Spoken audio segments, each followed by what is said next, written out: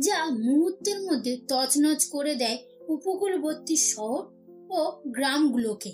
আর আঘাত হানে শ্রীলঙ্কা রেলপথে। সেই দিন শ্রীলঙ্কার যাত্রীবাহী রেল, যার নাম the Queen of the Sea, চলছিল উপকূলের সমান্তরাল পথে।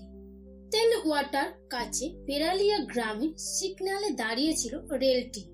হঠাৎ করে দূর থেকে সমুদ্রের জল অস্বাভাবিকভাবে সরে যেতে দেখা গেল। কেউ বুঝে ওঠার আগেই বিশাল এক ঢেউ আছড়ে পড়ল ট্রেনের ওপর। মুহূর্তের মধ্যে কামরাগুলো ভরে গেল সমুদ্রের জলে। যাত্রী, ট্রেন সবকিছু ডুবে গেল অতল অন্ধকারে।